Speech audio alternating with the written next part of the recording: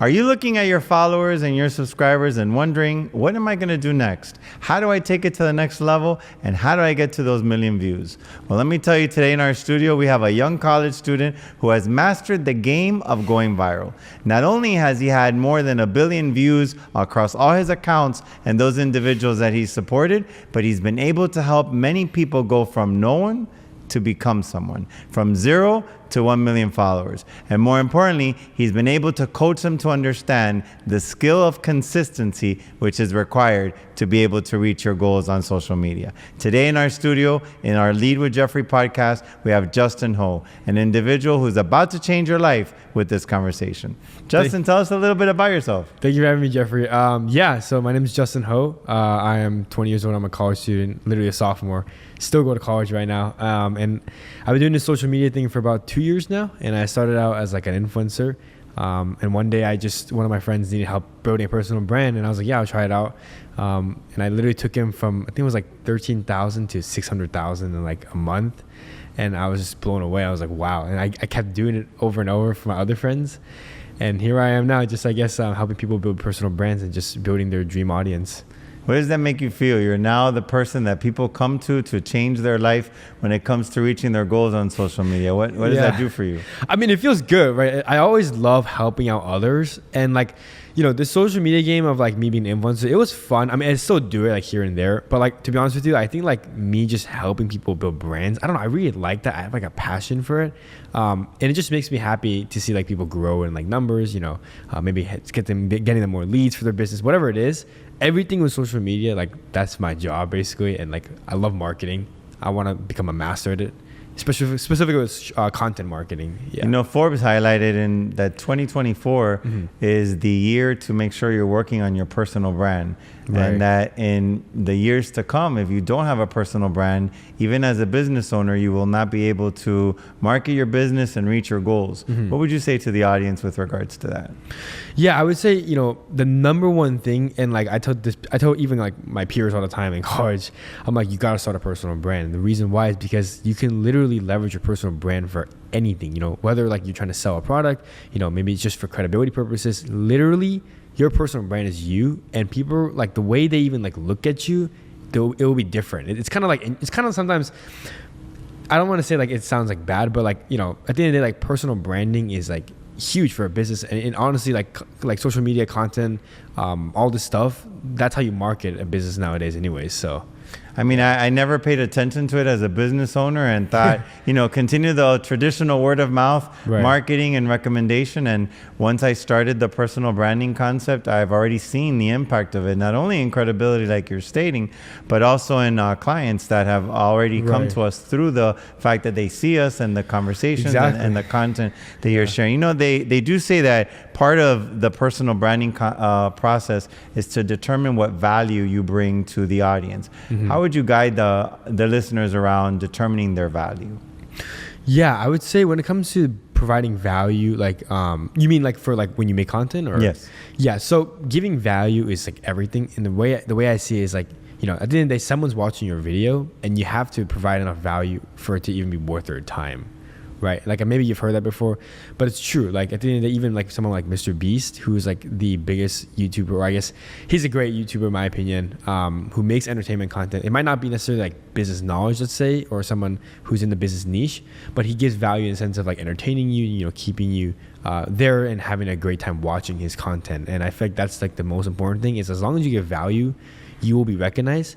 But there's a way to, I guess, convey that value, or, you know, make it so that it's actually appealing on content instead of just like talking like a normal conversation, right? You know, a lot of people just take their phone and record all kinds of things. They walk through the streets and say these things and jokes, and they really aren't paying attention to the content delivery. Would you recommend that people do that, or do you feel that people need to think twice before just picking their phone and recording just anything onto their social media page? Yeah, so that's a good question. I would say when it comes to that stuff, it really, you gotta just like post a lot in the beginning. Because like, you know, I could take out my phone right now, make a video, right? And then it could go viral, it might not go viral. But I think the more you post, right, what I always tell people is you'll start to see what works for your channel and what doesn't. And ultimately, you know, like like you said, like taking out your phone, there's a way to like structure certain videos, and like specifically like the talking head niche that everyone's doing, like, you know, sitting in like literally in this chair and just looking at the camera like that. There's a way to like storytell and like structure your videos, but obviously sometimes you could take out your phone, film a random video, and it could go viral. There's so many ways to experiment and go about it. I just think that the number one thing that when you start out is you got to be posting like mass quantity. Otherwise, you know, if you focus on like, especially if you're a beginner, on quality over quantity, you're going to be so caught up on perfecting your first video that you won't really actually understand like why, like honestly, you need to fail with content to actually get better, right? And that's like the just the number one thing I live by is like content creation is all about experimentation. You know, I love that you mentioned you have to fail to get better. And a lot of times individuals that start social media, when they put their first video out, their second video, their third video, they don't have more than 200 views, or they have no likes or no comments, they get discouraged. And what time frame do you feel it takes for a person to be able to say, I'm at a place where I'm ready to go viral? Gotcha. Yeah, so I think for people that, you know, they're wanting to go viral, ready to go viral, I tell them to at least post like, let's say like 60 videos in a row, or like just consistently. And the reason why I say is because, you know, without enough data, it's really hard for me to, or somebody who's helping somebody out, let's say, to take that, I guess, and then see like what would work for their content, right? Because, you know, there's always people on the internet, they always steal hooks, they steal ideas, right? But then you ask yourself, like, why aren't they going viral? But, you know, maybe, or no, why aren't they going viral, right? And the reason why is just because they don't have enough experience, right? Maybe sometimes, you know, when you copy an idea, you might not realize it, but maybe you could switch up the tonality, or like maybe it's like the format of the video. You can make it horizontal instead of vertical for short form specifically. Or, you know, the editing style. There's so many different ways to make twists out of videos. And so it's not just like, oh, I copy this and I'll go viral, right?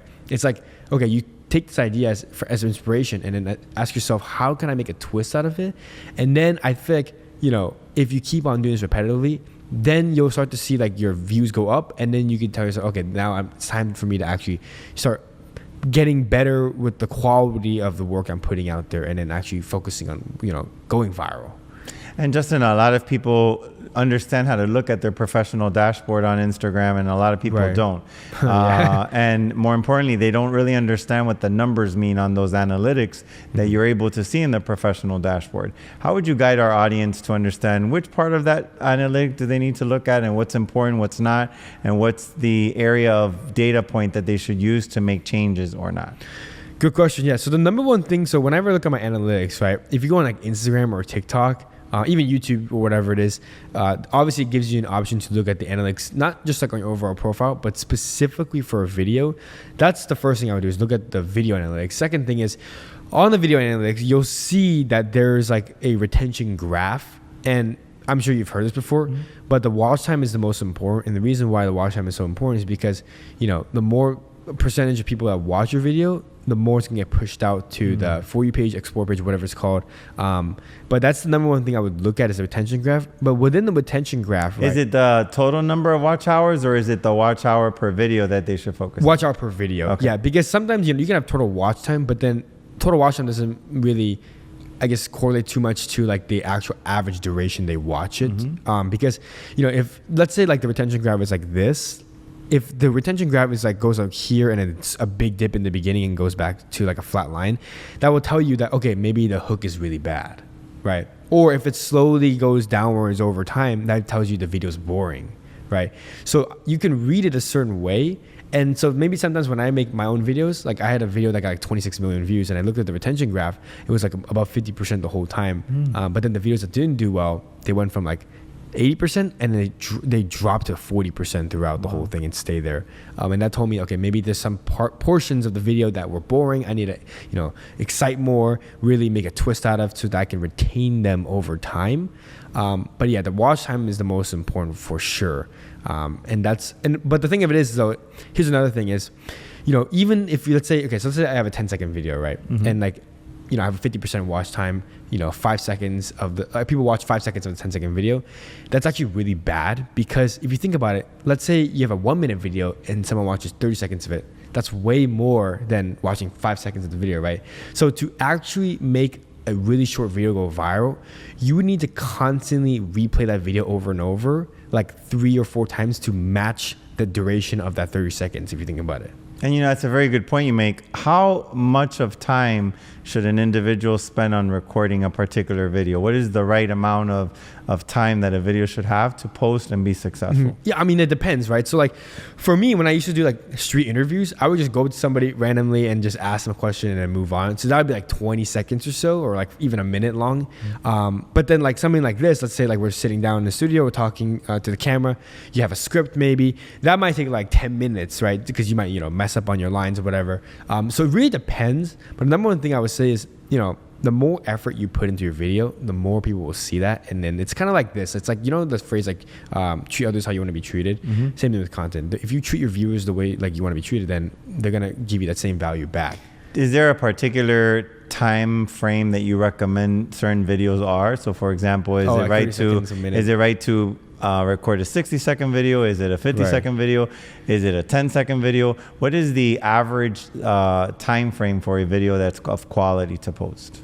Yeah, absolutely. So what I think is best is this is a subjective question, but like I think for me the duration doesn't necessarily matter too much. But if we were to look at it in the duration perspective, what usually does well for at least TikTok and actually not YouTube Shorts, but TikTok is a video that's usually over a minute long, sometimes 2 minutes. I've seen people do 10 minutes.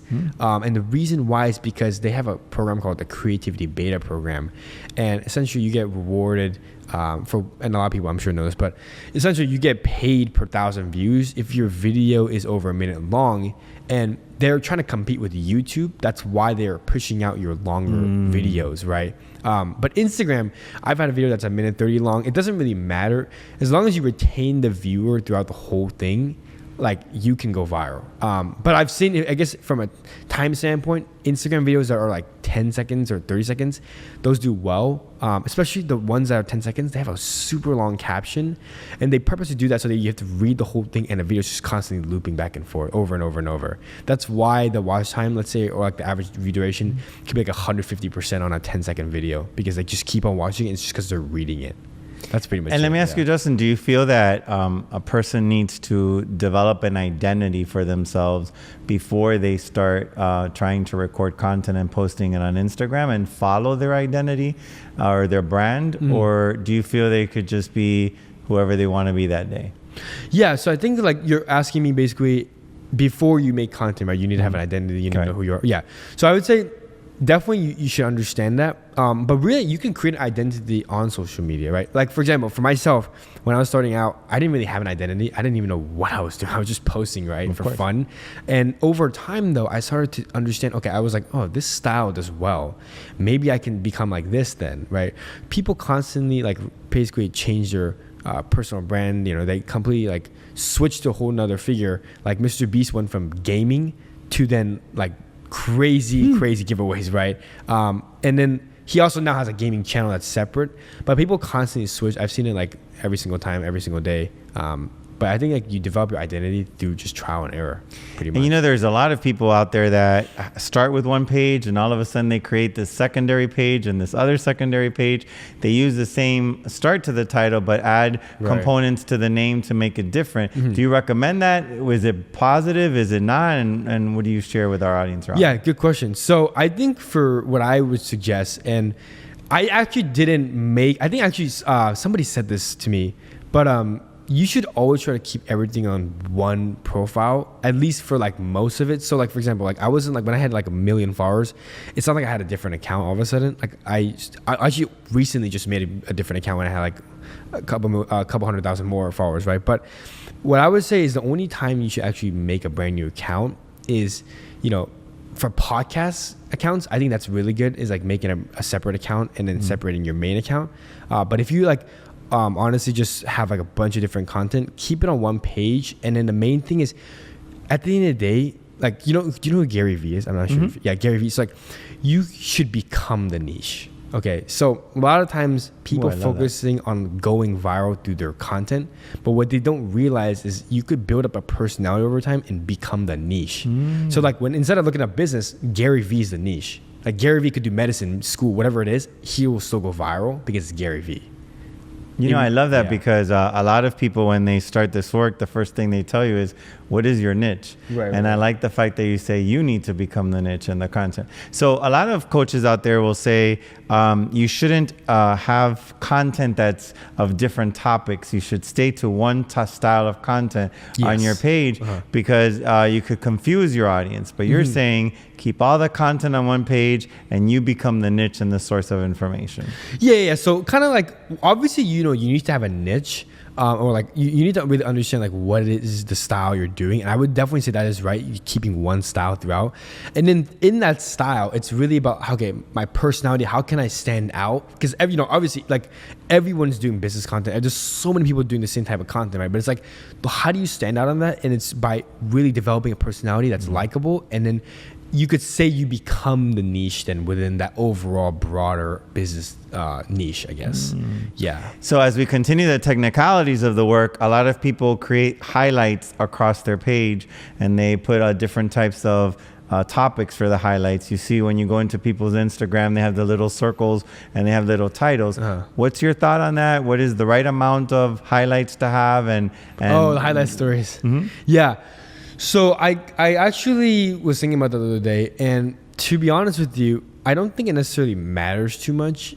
The 4 highlight stories that you should have though are one of your lifestyle.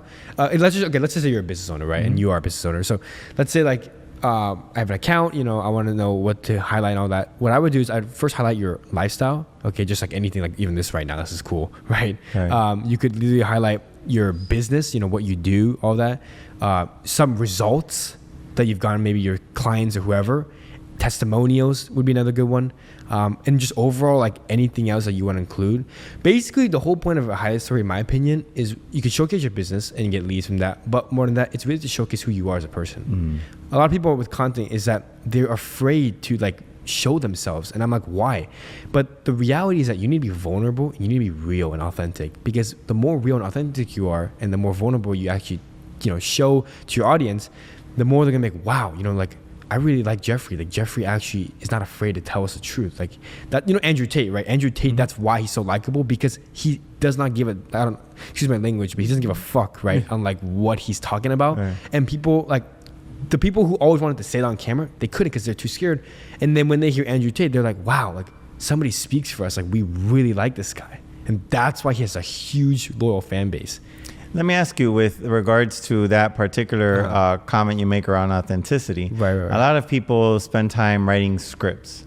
And when they are recording content, all they do is read a script. Right. Personally, I don't like scripts. I like to just speak myself and also, more importantly, share from the heartfelt experiences that come with what I've lived, right, in my 5 decades of life. Right. What do you recommend to the audience around, is the script the right thing? Is there a perfect balance someone should use, or should they just speak?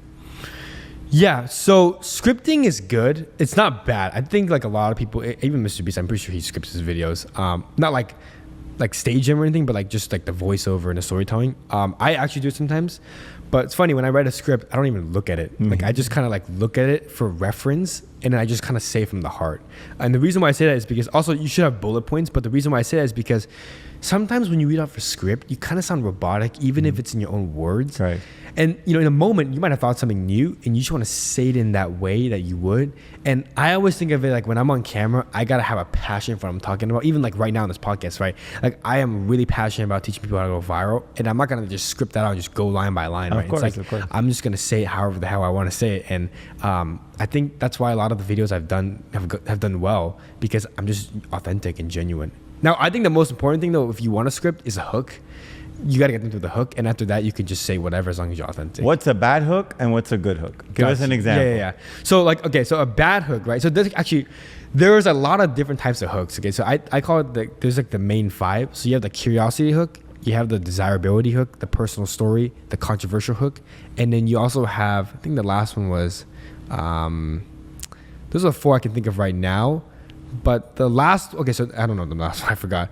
But all I would say is from the hook, right? Let's say we have a hook that's trying to be, or you're trying to get someone curious to watch the video, right? So what I would say a difference between a good and bad one is a good hook for like that type of specific hook, curiosity, is you want to say like what you're going to talk about, but you don't want to say it. That makes sense. So for example, right, like if I were to say like, you know, I think this is one of the hooks I used before. Oh, like if you want to go viral, I'd pay attention to this video because this is going to change your life, right? And like, even though that hook, like I obviously it's clear I'm going to talk about how to go viral, but they don't know what the hell I'm talking about, or what I'm going to even say. Correct. So every line, I think of it as like, what can I do to almost like purposely confuse them? Not like confuse them, but I would say make them where they're like, okay, I gotta find out what's gonna happen. Put them on the edge of the seat. Yeah, exactly. Every single time. It's like those movies in the movie theater. You're sitting there and you're on the edge of the seat, waiting to see what's gonna happen. But the movie itself kept you connected. Right. Exactly. Yeah. What would be a bad hook?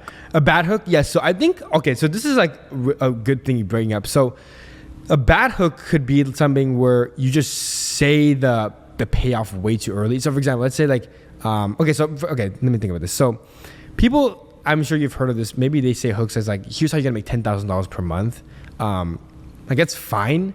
But the thing of it is, it's been so used a lot, right? And I think what makes up, because honestly, I don't really think of like a bad hook necessarily. I think of what a good hook consists of is really talking informally and kind of like, honestly, as if you don't really like sound too professional. So what I mean by that is like nowadays, you know, like for example, that hook, like here's how you can make 10K per month. Everyone's heard that, everyone's done that. But what if I phrased it like this, where I was like, what if I told you that there's a real way you can actually make money on the internet?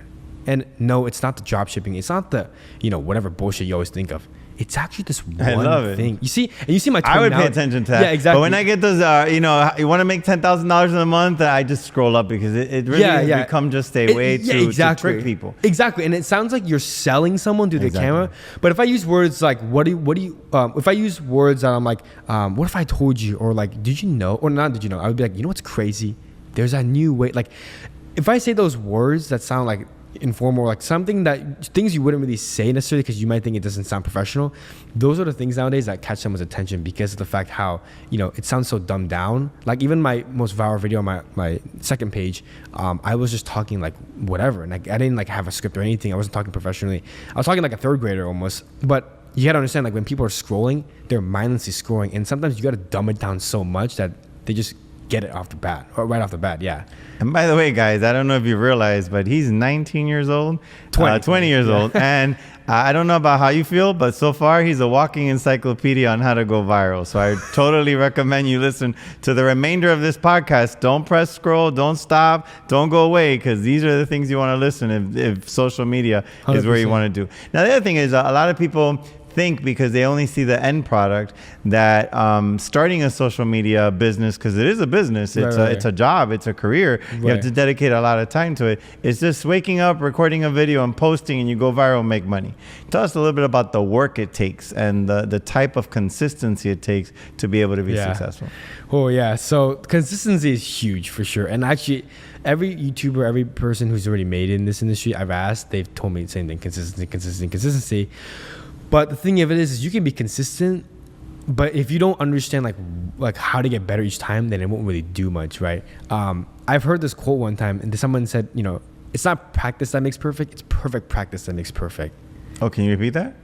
Practice doesn't make perfect, it's the perfect practice that love it. Yeah. I always use the first one. Now I'm going to start using the second one. I love it. Yeah. So someone told me, I was like, wow, like that actually makes sense, because you could practice like the same let's say basketball, right? You could practice the same bad form every single time and you're not going to get better because you don't know what the hell to change. You don't know what to fix. But if you every time shoot a bad shot and you're like, okay, what can I fix this time? How can I get better? Then you will get better and better and better. And that's why perfect practice makes perfect. But I would say, in regards to the consistency level, as long as you post like pretty often, even if it's not the best post, it's okay, because you're gonna get better.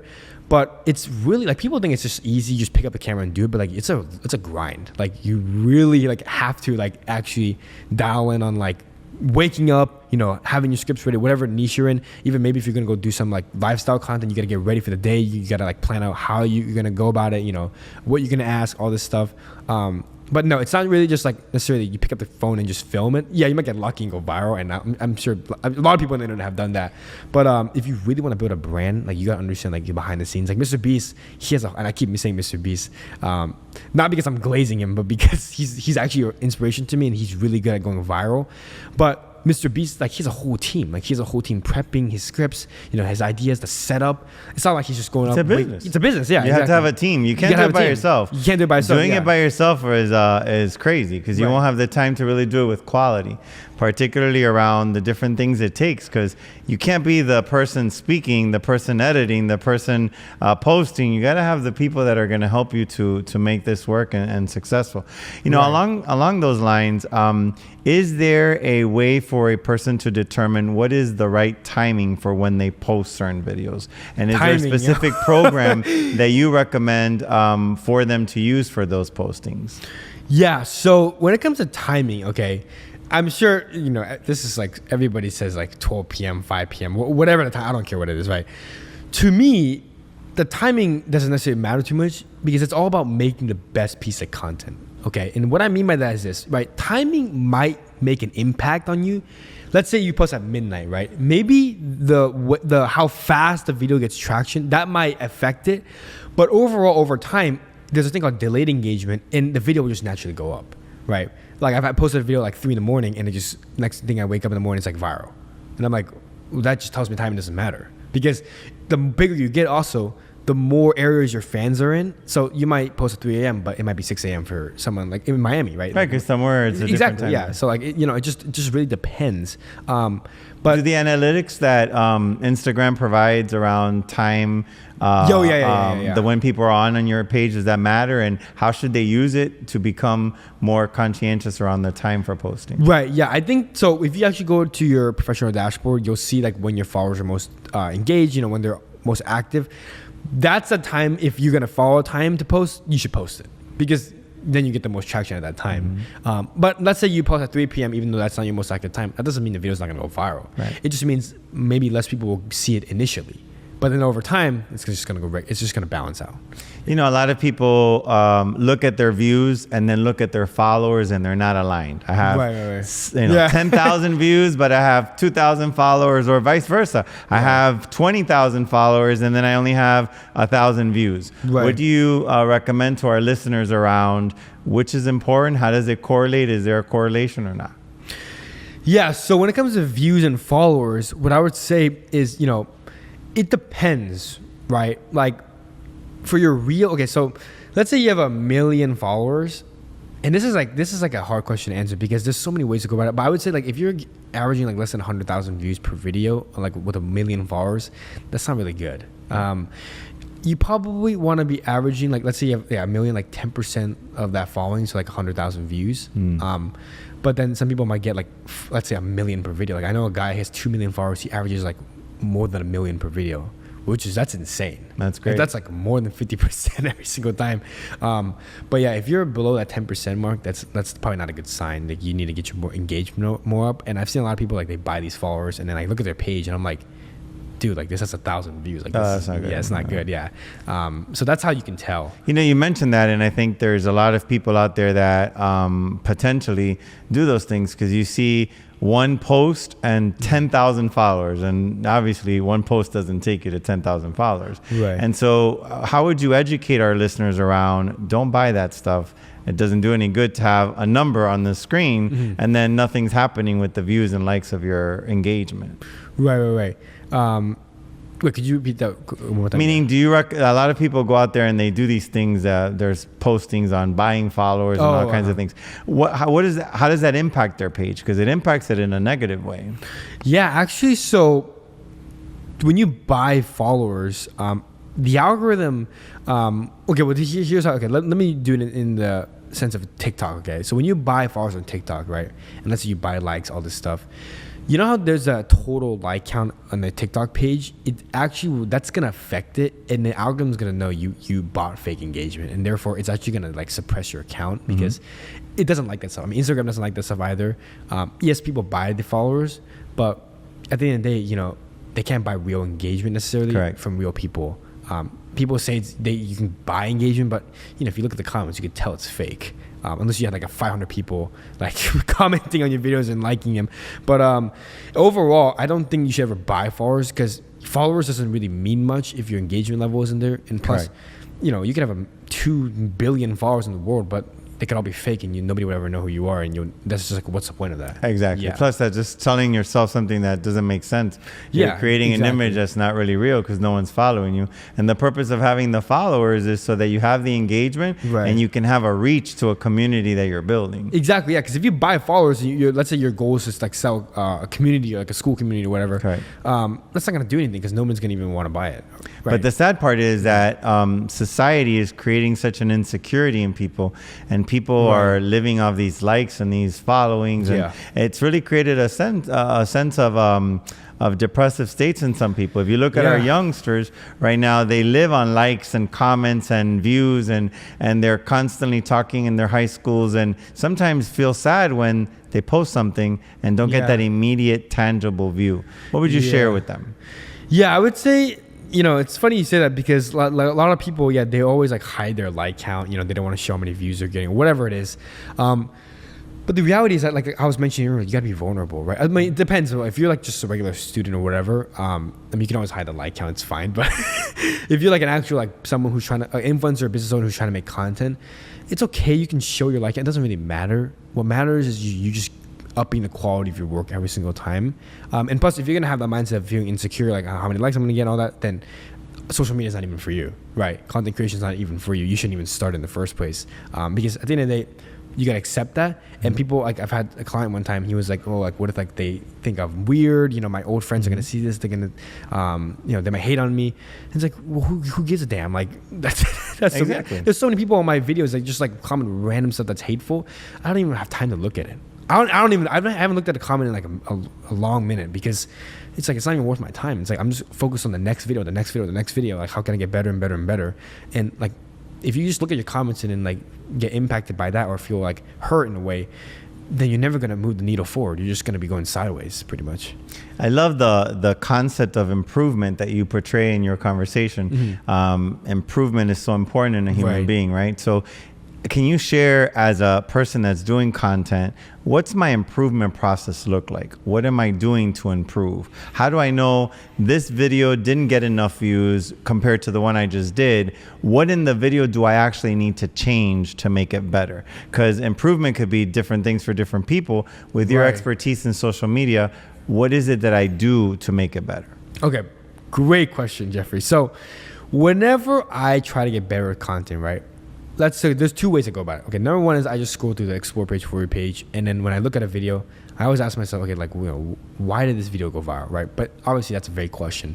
So to get more specific, and this also applies to if you're studying your own content, what you should be looking at is first 3 things: the hook, the body, and the outro. Okay, the hook, is there a visual hook? You know, is there a nice background like this? You know, what's being shown, like my videos, some of them that do well, add a lot of people in the background. It's distracting. That's why you got to come to Move Miami, right? Because you get this background. It's, like, look, dude, this is insane setup. Absolutely. Literally. And people like, these kind of backgrounds, it catch someone's eye, right? It's about standing out maybe with the color in the background. So there's a visual hook, right? There's a text hook, right? So text hook meaning, you know, what's ever on the screen, right? Sometimes people might be like, this guy just got exposed for doing this, ... And then like they won't say what it is, but they'll just go straight into the video, right? So you can have a text hook. And then you ask yourself like what, or maybe they have a statement or question hook, like what do they say in the beginning of the video that catches your attention? You know, are they saying something controversial? Are they saying something that is questionable? So those are the 3 types of hooks I look for. And in the body, then I look throughout the video saying, okay, how did they retain the viewer? You know, what was there something to look forward to? So for example, like, I did one video one time. It was like asking people $1 a mystery gift.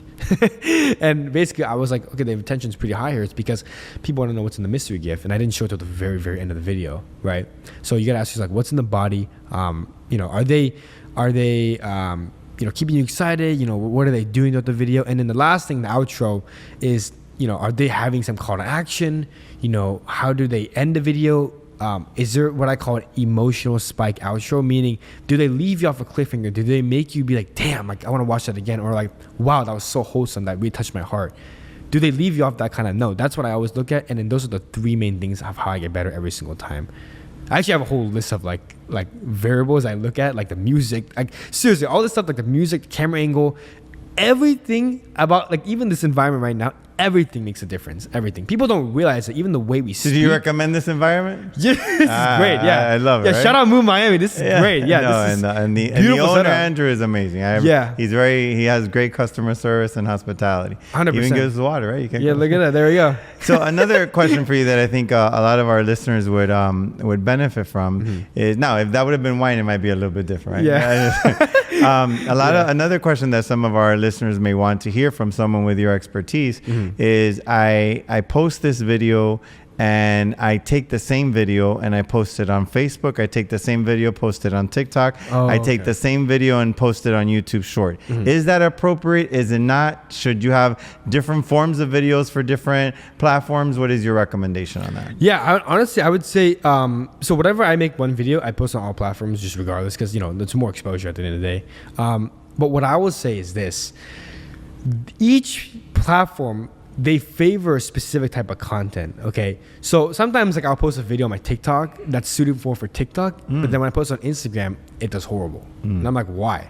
It's because Instagram, for example, let's say like those videos you do of like you have the camera and you hold the phone, right. Like that would be, and I've seen the views on TikTok, it'd be much better for TikTok than it would for Instagram. The reason why is Instagram is an aesthetically appealing platform, like fancy backgrounds like this, catch people's attention. Instagram is a place of information, a place of quality people. They want to keep it very, very, very high quality, everything, right? Versus, now I'm not saying like if you have like a look. So what he's saying is don't record on your camera and post on Instagram unless the background is aesthetically appealing.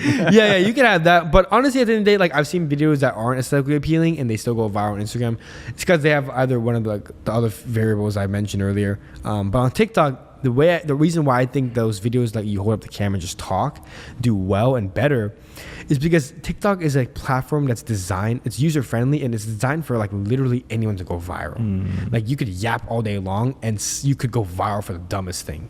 But that's why some people hop on TikTok is because it's so easy to go viral. Like it's literally so easy. Actually, I don't know if you know this, but if you make a decent to average video on TikTok for your first piece of content, it will purposely push out your video more. And I've studied this because the reason why they want to do that is because they want to make you think, wow, I can actually go viral. And they get you by basically boosting more and more videos.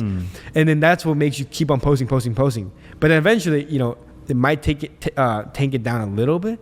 But that's how they get you, is they boost up your views a little bit in the beginning.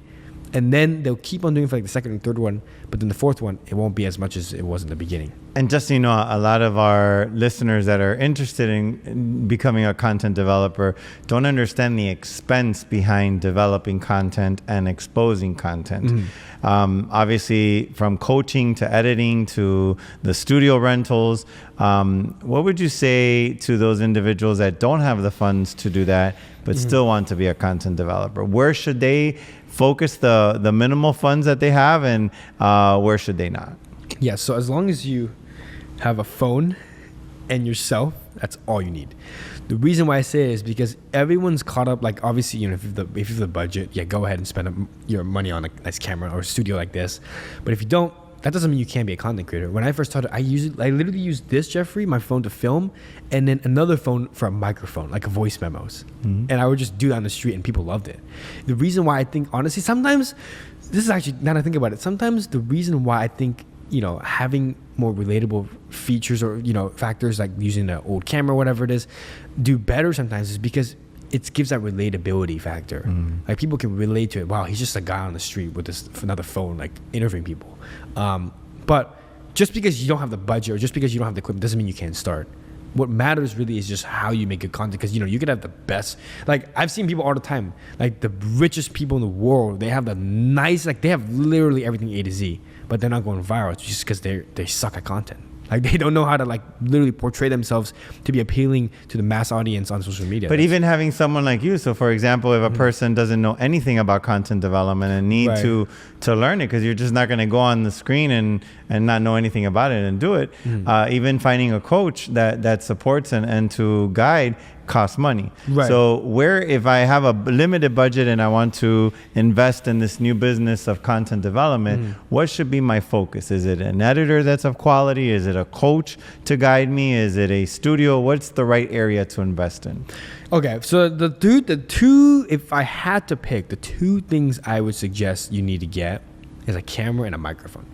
The reason why is so audio is actually probably, in my opinion, more important than the camera quality, because if you have shitty audio, no one's gonna even understand what you're saying, and no one's gonna even want to listen to the video. They'll just scroll. So audio is good. Maybe like a Rode Wireless Go mic. Shout out Rode.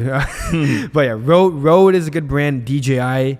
And then for cameras, I would say Sony's really good. Because I think it's meant for video. I'm not an expert with cameras, but Sony I've heard is the best. So I got the Sony. I have an FX3 specifically, but you can just get like a simple Sony camera. It doesn't have to be like as fancy as that one. But I mean, honestly, if you do have the budget and you can get like a really nice camera, you should just get it because it can last you for years.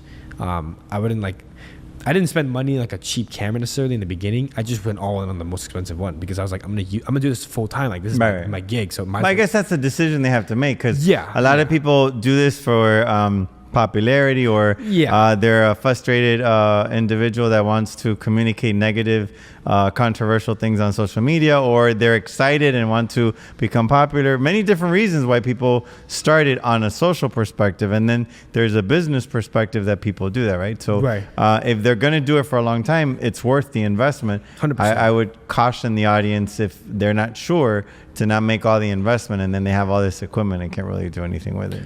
Exactly. Yeah. You definitely like. When should I go after a coach? So, not everyone has a coach and they're doing well. Is there a reason why I pick a coach or not? Yeah. So a coach, like a creative director like myself, would really help when you've been posting. You've tried everything out and you don't know what you're doing still. That's when a coach could help. You could still hire a coach at the very beginning. Like some people, like they have the budget to just hire a coach right from the jump without having any experience. So you could do that as well. But I would say the only time you really need a coach is if like you've tried everything and you just really cannot move the needle forward. But like Alex Hormozy, like it took him 6 years to build a brand. Like, he could have gave up in the first year, second year, third year, but he did it for 6 years without getting any views at all. And he just pretty much recently got a lot of traction to his page. Like Mr. Beast basically did 4 years of content without making a single dollar. And that just goes to show the level of consistency you need to have with or without a coach. They didn't have a coach, right?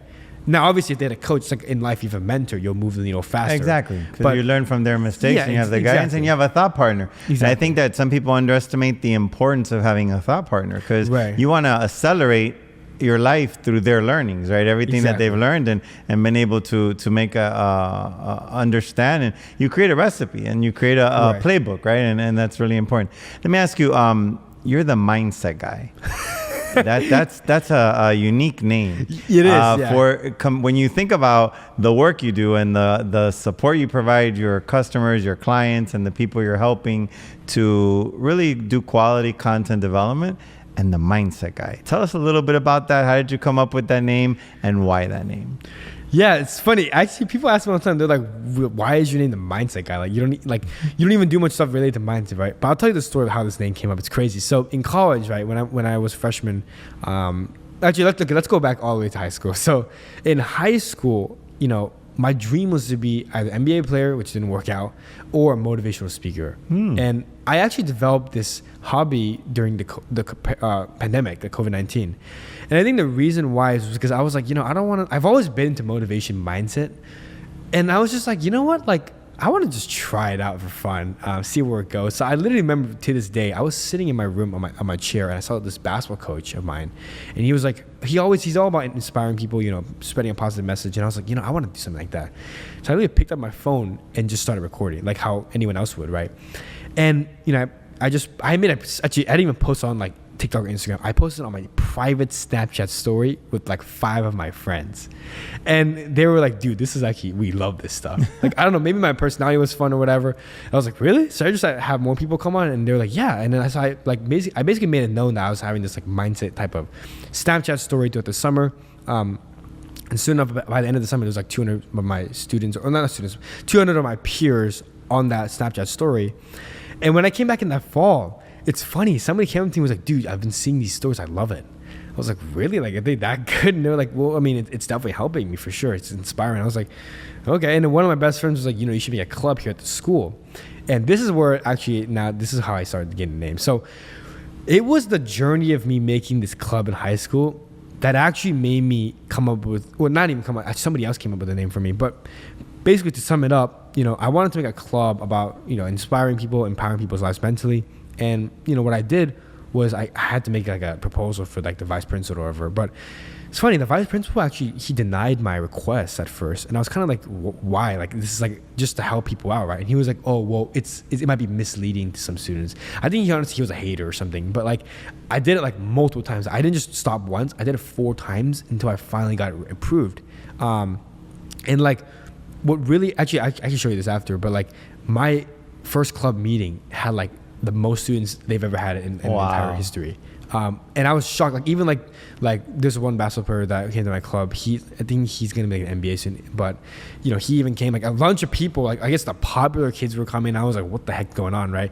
But it was pretty crazy. It was pretty fun and cool to see. And so then in like that summer of me going to college, one of my friends, the same best friend, was like saying, hey, you should post this on TikTok. And I was like, no, I've always, actually, it's funny, I've always made fun of people that have done like the social media stuff in the past, because I was like, I'm guilty of that. Yeah. I used to say, why would people waste their time on this? And yeah, I'm like, why? And all of a sudden you realize that you really leave a digitized legacy for people to see beyond your last breath. You know, I was telling my son the other day, my son also opened a company where he does social media support and brand development.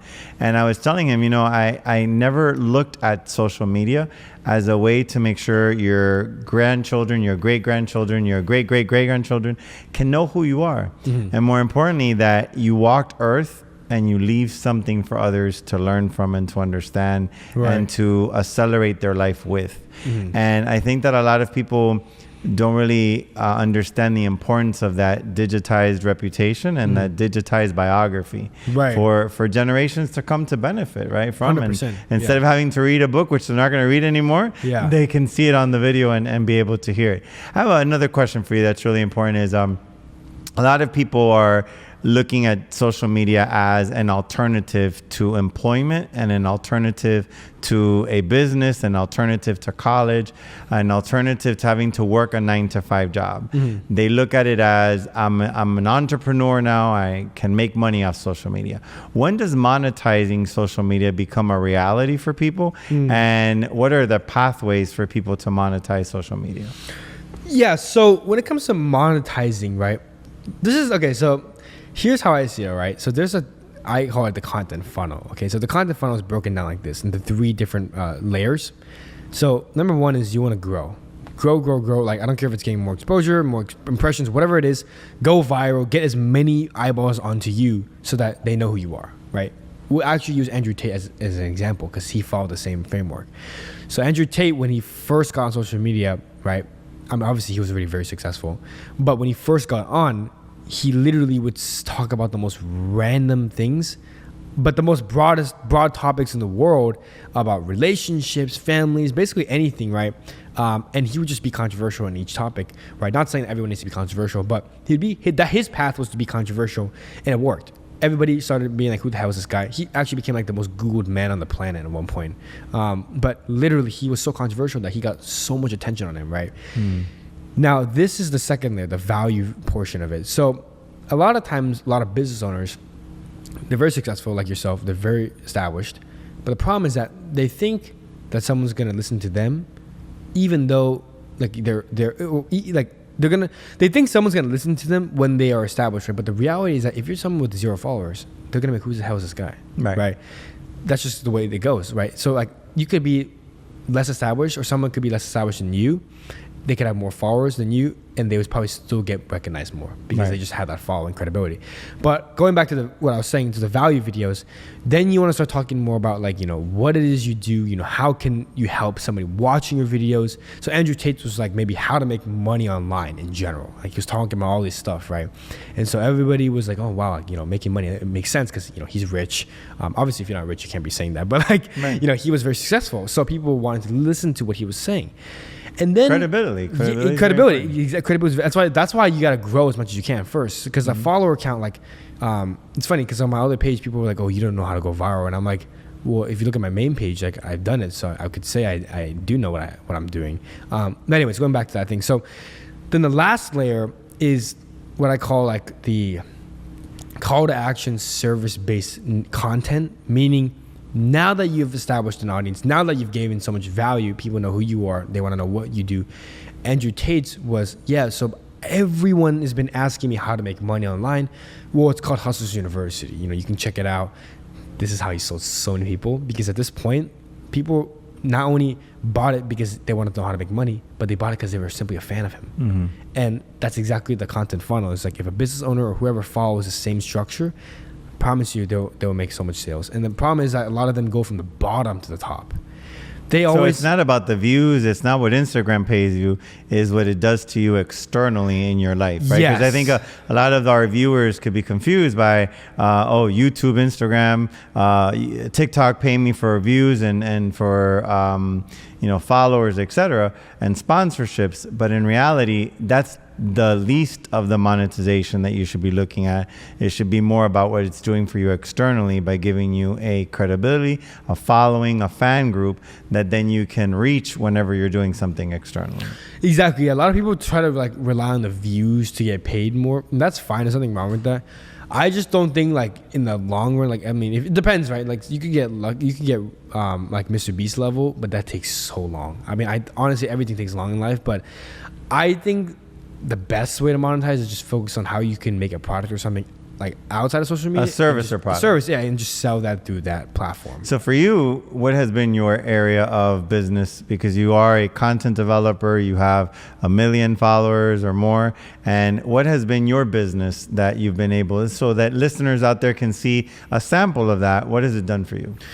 Yeah, I think the biggest thing of how I was able to monetize this, so it's funny, like on my main page, I actually didn't make much money. In fact, I don't think it wasn't even like, it wasn't much at all, right? But the thing of it is that I had this mindset of like trying to rely on the views, sponsorships and all that. It's just fine, but that's like the broke influencer mindset, in my opinion. The real way to actually make a lot of money is leveraging your platform to sell something, right?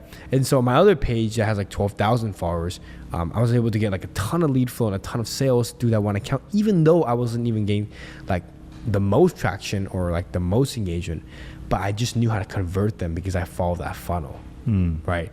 And that's the best way, in my opinion, to make a lot of money on social media. Because you see YouTubers, they have like 10,000 subscribers and they're making like 7 figures each year or even a month. It's just because they understand the game, right? They're not focused on like, how many views can I get, how many subscribers. Yeah, the more subscribers you have, the more credible you will look. But just because you have a lot of followers doesn't mean you'll be rich. I have a friend who I helped. I helped him with exposure, but he's still very broke. He's in debt. Like he doesn't understand the game. I'm telling him, like, dude, look, like you got to focus on like making a community out of this. Stop trying to focus on the views and slave away editing all day long. Like focus on selling like a coaching program or whatever it is.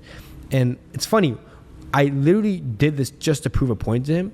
And I literally had him post a story of saying, hey, he teaches people confidence, right? I was like, hey, looking for people to mentor and confidence, whatever. We got a ton of lead flow. I closed one deal for him. And literally we made more money from that one call than he did in his entire month on the band. Wow. Yeah. Just because I just knew and understood how to find it. Because they're focusing on the wrong they're focusing on the wrong thing. Product. And it's funny, he was like screaming. He was like, oh my gosh, Justin, this is crazy. I was like, dude, this is just one call. Imagine if you keep doing this, you will literally be making more money than however much money you've made in your career from just views. So you are a coach that helps people with this work. Mm-hmm. How does it work? So I call you and I say, Justin, I am interested in hiring you as my coach. What's the next 5 steps that a person goes through under your tutelage? Yeah. So basically, you know, I advertise on my second page. It's called The Viral Genius, if anyone wants to check it out. But The Viral Genius. He's already a genius. I don't know if you noticed, but he is. Yeah, but basically on that page, I just teach people like, you know, personal branding, how to go viral. And then here's where I get them to be interested. I always say in the video, comment down a word to get some sort of like free lead magnet or whatever. And I give them the lead magnet, of course, but then afterwards I have appointments that are come in the DMs and it's like asking them, hey, like, you know, what got you interested in reaching out? And then I have them set the appointment with me and I close. I get on the phone call, you know, sales call like anyone else, and I close the deal, and then I onboard them to my like my internal systems and everything to manage them, you know, come up with ideas. Basically, that's how it kind of works. But all my clients, everything that I've ever done, it's been through organic lead flow or word of mouth referral. Sometimes I do outbound, and yeah, pretty much that's how I go about it. The last question I'll ask you as we reach the end of our podcast is, I've been doing this a long time. I have invested money and I don't have any returns on it other than I have 3,000 posts and I see my picture on social media all the time. Right. What should I do next? So if you don't see any return, meaning like you're spending money on all this, okay, gotcha. So I would say the next thing you should do is you just can't give up. I mean, like, I know like that might not sound like the right answer, but the reality is that, you know, at the end of the day, like, you invest money, but obviously, like, you know, not everyone gets return on investment and everything like that. But the thing of it is, I would say if that happens to you, you just got to keep going. Or like maybe that's your sign then, hey, like, you know, maybe I don't need a nice equipment, right? Like, great example. So when I started my second account, you know, I was trying to figure out a way to like properly, you know, get a lot of quality editing and all that. But I was like, you know, it's going to add up. Like, I don't know if I can do that. So that forced me to develop a personality that's more likable on camera, and it worked. Like, my most viral video actually took me 10 minutes max filming and editing. Wow. And that is what generated me like a good amount of money. But like, you know, with regards to the captions that people put for the different videos, right? What's your recommendation on that? Sometimes you see this long dissertation, and sometimes you just see one word. Being an expert in content, what do you recommend people take into account with regards to the captions? Yeah, so with regards to the captions, so the caption to me doesn't really make too much of a difference, but I will say this. Okay, so I think earlier, do the hashtags make a difference? Yeah, so that's a good question also. So the hashtags, in my opinion, it used to, but I don't think it's as effective anymore. But I always tell people, you know, put them because it doesn't hurt. Right. You know, you can always try doing it. It's not like it's gonna like be detrimental or anything. Correct. But actually, too many hashtags will be bad. Too many. So like 50 hashtags is bad. Very, very bad. The reason why, so let's start with hashtags first. So the reason why I say that is because, let's say you have 50 different hashtags and all 50 of them are super niche specific, like they're like focusing on one certain thing. You're going to target a more and more narrow audience, which is fine, but you won't necessarily like be targeting a more broader, wider reach of people. Okay. That's why I always have like 2 broad hashtags, like hashtag explore, hashtag viral. And then let's say I'm doing content, hashtag content marketing, hashtag how to go viral, something like that, right? So that's how I go about it. The captions, sometimes in your reels or videos you watch, you know, people will say, read the caption to find out more. That's why their caption will be long. Maybe you have a diet plan you want to talk about, you write it down in the whole caption. Sometimes your captions can be as simple as, life's good, done. Like literally something as simple as that. That could work as well. I mean, and to be honest, when you look at the screens on your phone, you only see the first 2 lines. Exactly. And most people in today's world just scroll. They're not going to click on that to read. Exactly. I think more in Facebook, you see the content more clearly because it's on the top of the picture of the video.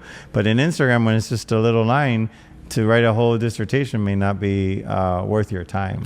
Exactly. Yeah. And how about the emojis? So you get these captions that have 50 emojis on it, and some that have none. What do you recommend?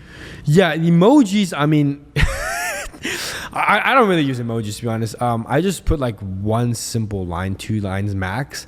But like at the end of the day, like I really just focus on the best piece of content, because you could literally have no caption and go viral. Exactly. Like the caption is basically, what I'm trying to say here is like the caption isn't gonna make or break the video. Like it's just like an added, like, you know, you want to inform people what you're talking about.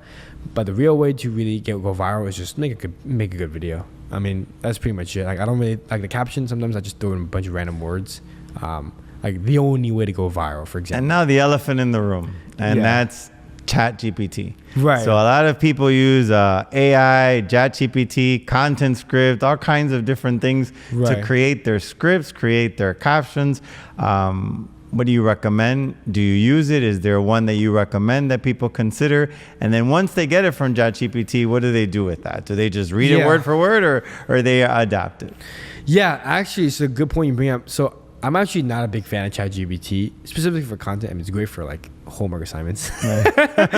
Yeah, but I mean, ChatGPT. But don't do that because there's a copyright issue. Yeah. They definitely don't do what I'm doing for homework stuff, school related. But for content, the reason why I don't like it is because it kind of, in a way, takes away the creativity from you. I feel like what that means is that, you know, sometimes people will ask ChatGPT, "Hey, come up with an idea for me, write a script."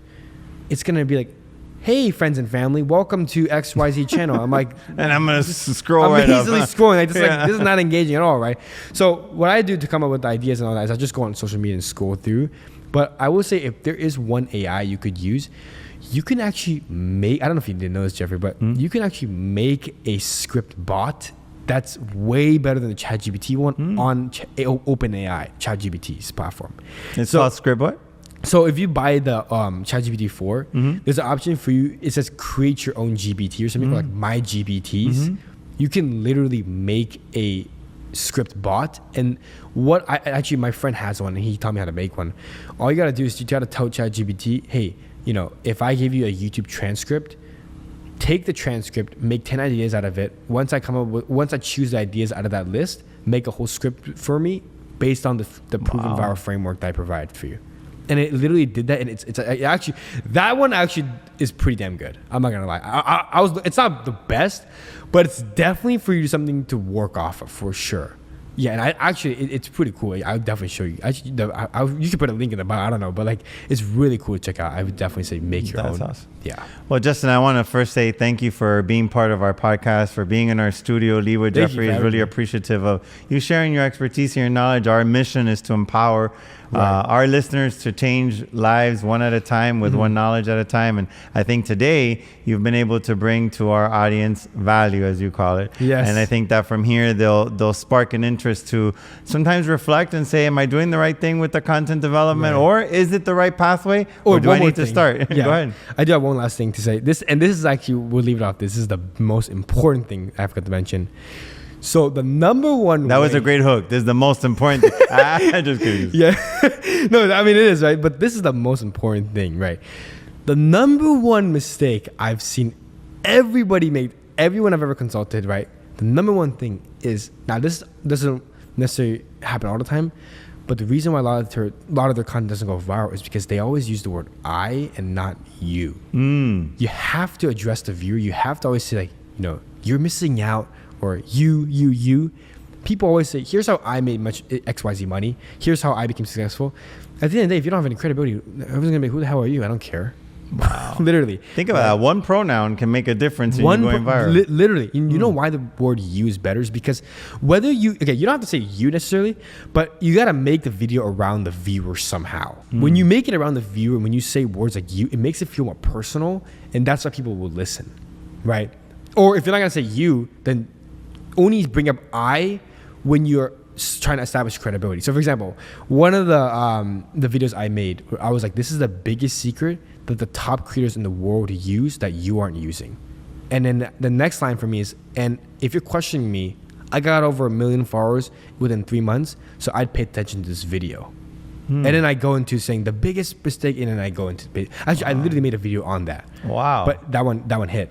Everybody was like, "What? Yeah, that makes sense." We could be here forever, and I think that people would benefit so much from this content, and we may invite you to another episode because I think that our viewers would learn a lot from what you have to offer in your experience. And to believe that it's encapsulated in only 20 years old, a 20-year-old with so much knowledge, I admire you, I respect you, I salute you, and I really encourage you to continue the journey. You're making a difference, and the way you communicate is so eloquently spoken and received, and I really, as an educator, as a leader, as a business person, I commend you on the work that you're doing, because there's so many people that really need that genuine, authentic coaching. I think we get so many ads of people wanting to charge $6,000, $8,000 a month for the service that really is just taking money away from people, and it seems like you're really helping. So to our audience, thank you for listening today, for being part of Lead with Jeffrey podcast. If you haven't clicked on subscribe, do. This is a channel you don't want to miss, because this is a channel where you will be empowered to change your life and the life of others